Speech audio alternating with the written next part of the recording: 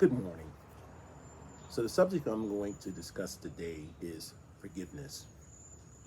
And what's really sad is we live in a world right now where we are handcuffed because we will not do what God tells us to do. And I'm going to give you an example why I said that with forgiving. It is our duty to forgive individuals. And here's why it's our duty to forgive individuals. What it does, it eliminates hypocrisy. Because I want God to forgive me of my trespasses and my sins, but I am not willing to forgive my brother or sister for their trespasses or their sins. And that is the greatest evil. And let's look how God asks us daily to do that in the Lord's Prayer.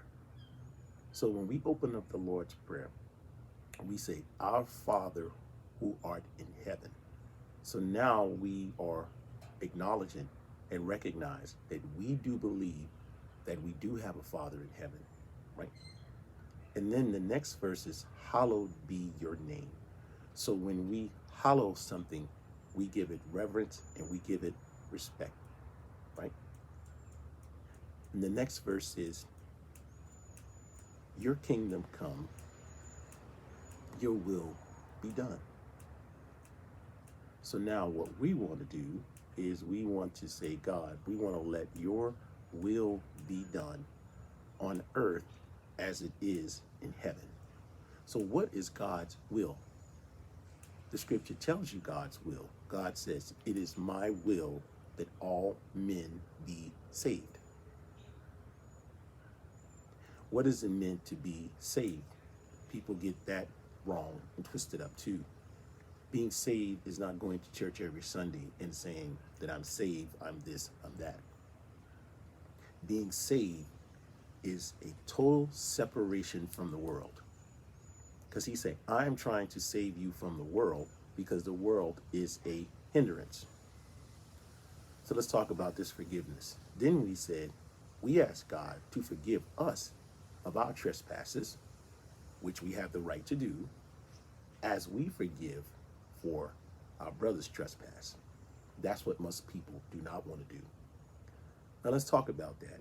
When you give God's acknowledgement and you give God's reverence, all of the doors are open for whatever problem you have to be solved. Because he's already overcome the world.